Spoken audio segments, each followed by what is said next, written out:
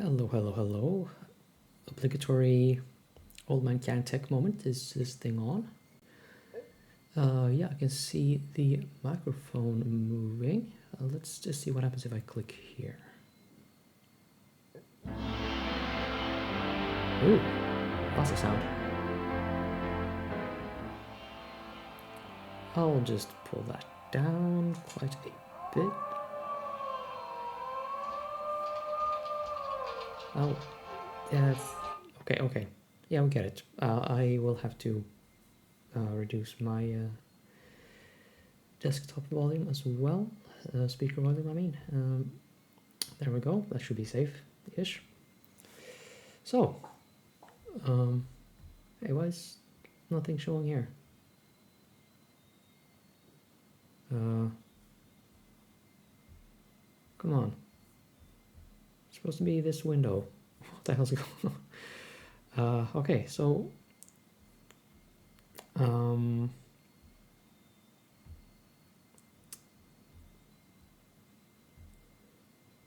I am doing things and I'm concerned that it isn't working well. Great. Well, anyway, you saw the game at the back of the... Well, you saw the game title, The Beast Within. I was inspired.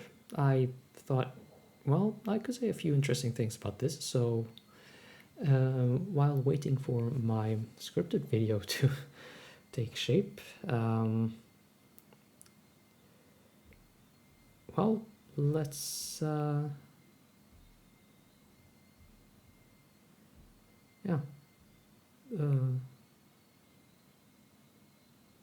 See, is it even moving? Yeah, the timer is moving. Good. Okay, well, I'm recording this through OBS, by the way. This is probably the 5th time in my life that I actually record anything with it, and they've changed things around since I used it last, so yeah. I am very confused. I will probably mess things up. If you don't see anything, well, yeah, my bad. So, what game are we looking at now? It is Gabriel Knight 2, The Beast Within, a Gabriel Knight mystery. Released on PC, probably for DOS, but I wouldn't know. In the mid-90s. Actually, let's look at Gabriel Knight 2. There we go. I Google shit. I am good at things. Huh. Okay, release date 1995. Apparently linked on Activision. Oof. Activision games featured. Not gonna list Gabriel Knight 2, I expect. No. Nope.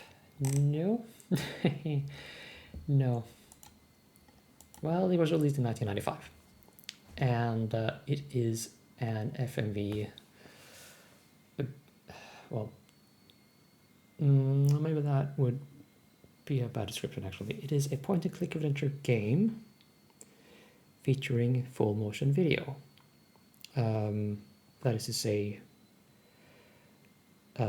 actual analog camera work that has since been digitized, and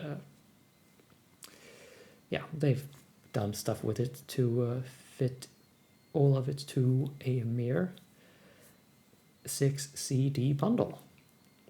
Yes, this game was released on 6 CD-ROMs. Does this sound insane to you? Well, keep in mind that in 1995 we did not really have DVD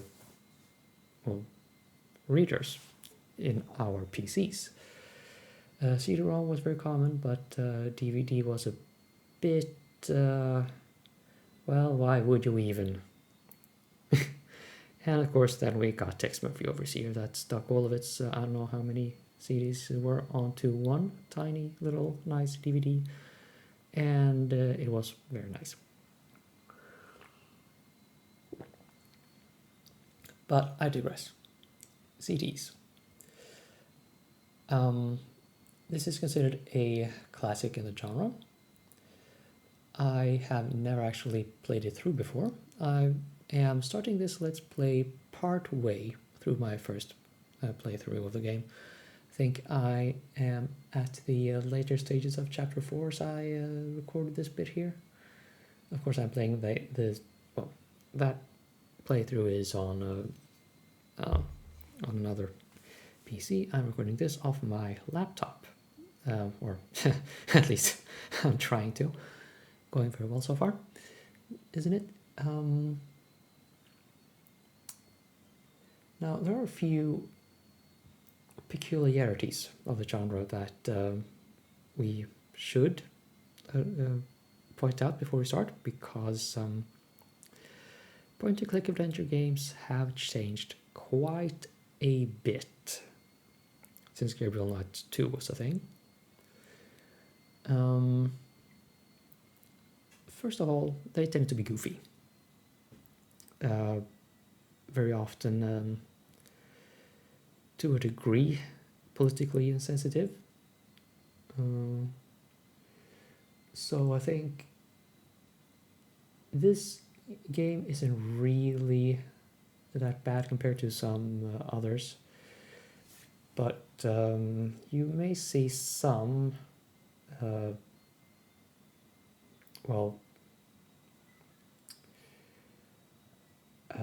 in terms of the politically correct things that we have going on right now, I think the only thing that I've noticed is, possibly gender discrimination or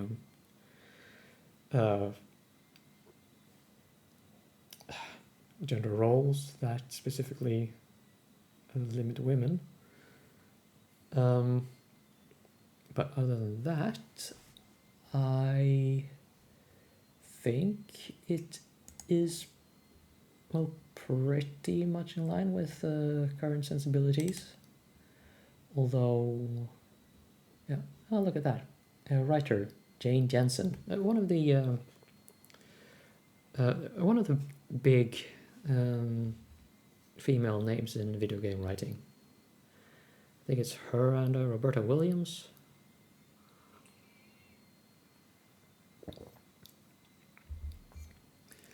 Well, with that said, with that out of the way, rather,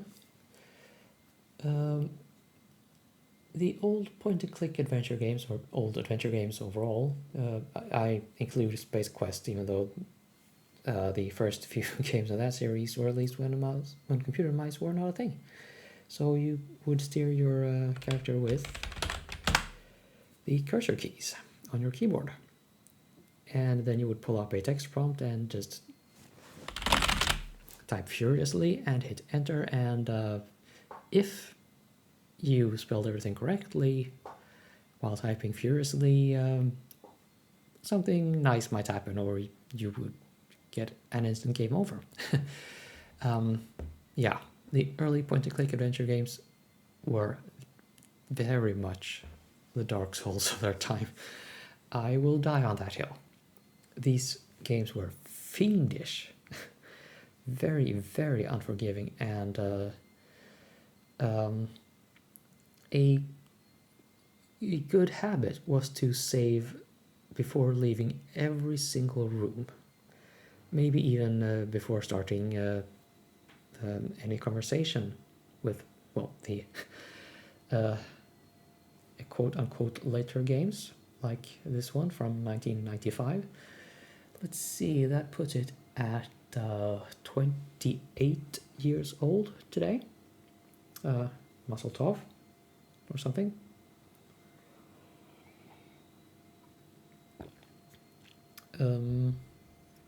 Another thing that has, I would argue, fallen out of favor with adventure games is a scoring system.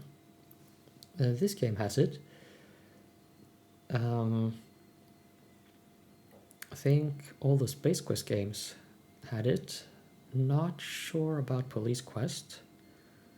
Maybe Police Quest 1 up through 4, not Police Quest SWAT. That is the 5th game in the series.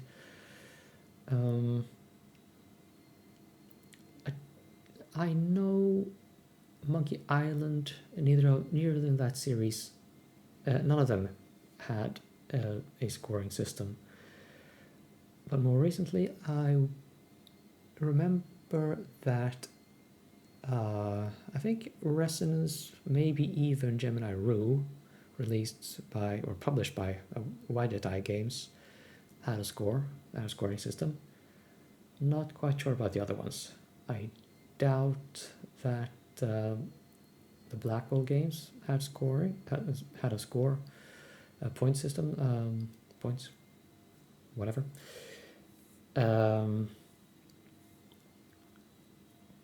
But they instead had an achievement thing that sort of trophies and achievements and points in the old adventure games. They kind of do the same thing. And if you remember Grim Fandango, at least on the PC, I'm not quite sure about the remaster. When you pull up the save screen, either to save game or load, there is a sort of mural on the top of the screen that shows progress. That kind of serves as a points display.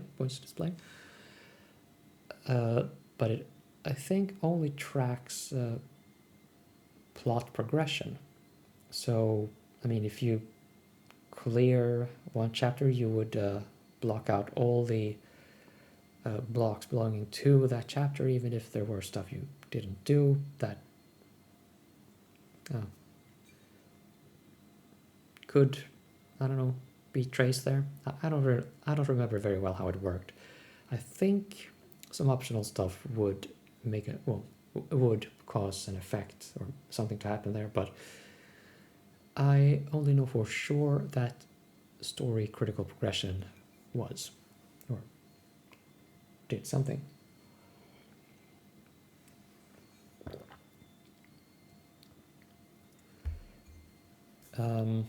And yes, at 1995, I would say that this is one of the later mainstream point-and-click adventure games to use points. Another thing typical of the era is supernatural influence.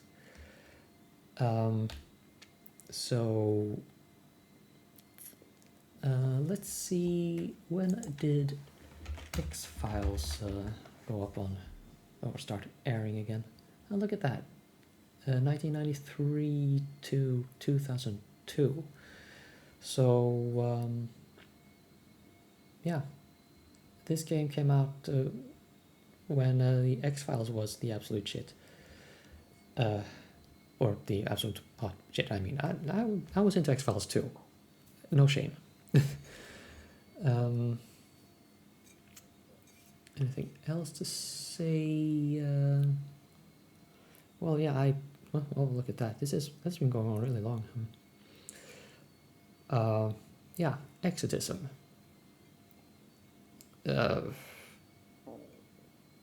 Stereotypes was very common in early point-and-click adventure games. I'm not sure, maybe you could say about Wing Commander that it sort of carried things on from the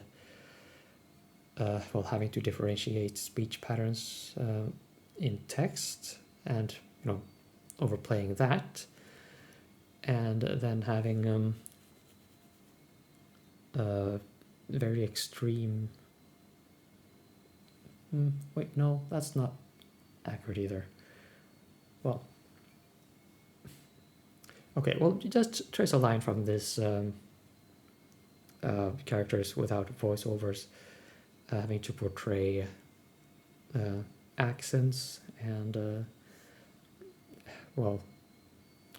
different speech patterns in text through a sort of overstated exoticness. I mean, you would see in this game you will see some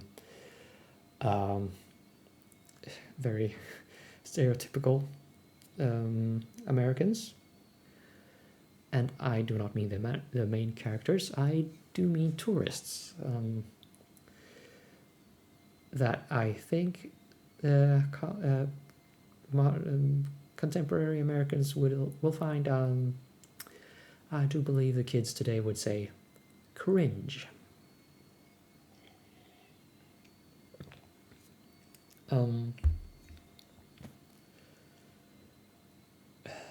Yeah. The locations that we go to, I would not say that they scouted them very studiously, but of course I really don't know that for a fact. So more likely they just looked around for locations. Okay, here, this is a nice place. Let's just put this in our game and maybe call them for permission or ask to go over there and take pictures or whatever.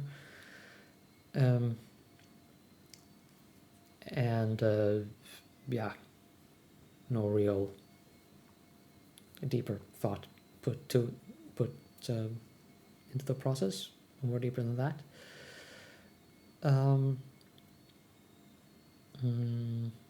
Let's see. Anything else? Is there anything else I would like to say, or should we just get going with this?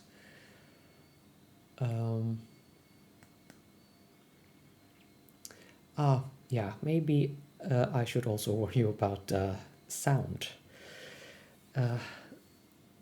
Of course, the sound quality back in the early 90s was a thing. I think that was a thing. But that aside, I mean, they had to fit the stuff onto limited disk space. I mean, not very long from the days when this game was released, games were still being released on floppy disks, right? 1.4 megabyte floppy disks.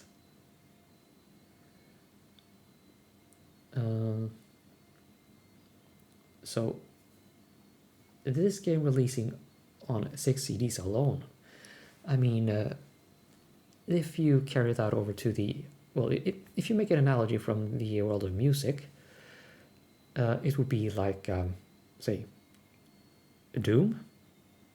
That was a big game, right? I mean, a big deal game. But I think it released on a single floppy disk. I mean, I may be wrong. Maybe it was, I don't know, 2 or 3. I think Wing Commander clocked in at maybe 2, 4, something of that nature. But that was, what, 10 megabytes at the most? This is 6 full CD-ROMs. I mean, maybe they didn't use the full 600 megabytes on every disk, but still. That is going from the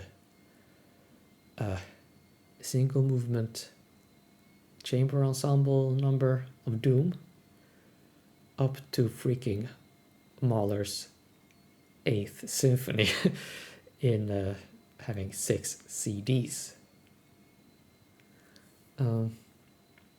I don't remember any game actually releasing on more discs than this. Not quite sure about Phantasmagoria 1 and 2. I think Wing Commander 4 released on 6 CDs. And Wing Commander 3 on 4, or maybe it was the other way around. No, I don't think it would be.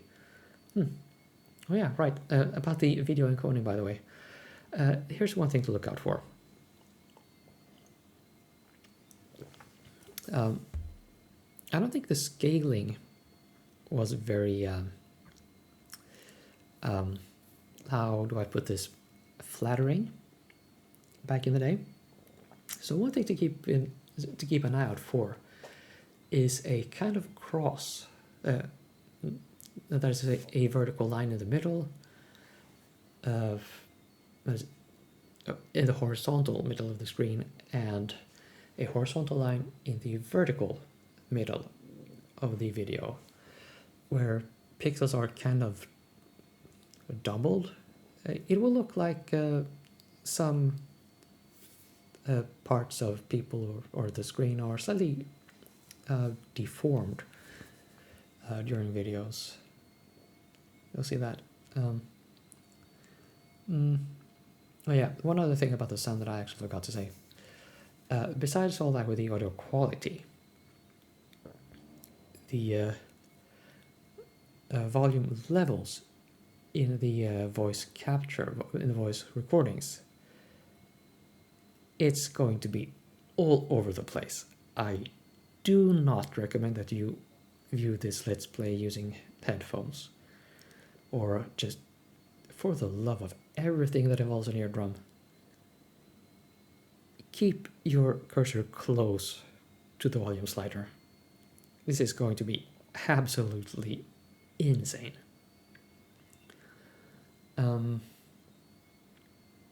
Yeah, I think I'll leave it there. My voice is, my throat is actually getting a bit rough.